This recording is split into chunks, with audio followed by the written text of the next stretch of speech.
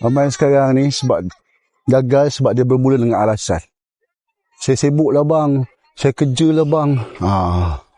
Nak buat live pun susah. Kalau kau rasa kau nak fokus dekat MBA, kau berhenti kerja. Tak payah dengan jadikan kerja tu sebagai alasan. Bila kita nak buat tadi dengan alasan, yakin dan percayalah kita dapat penat dan lelah saja. Kalau rasa nak fokus betul-betul dekat MBA, fokus dekat MBA. Berhenti kerja.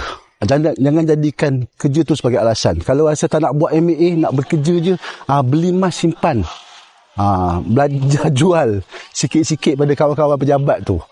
Inilah cara supaya kita tak jadi penat dan lelah. Sebab kita bermula dengan alasan, yakin dan percayalah customer kita, dealer yang datang jumpa kita pun orang yang sama dengan kita, iaitu yang beralasan.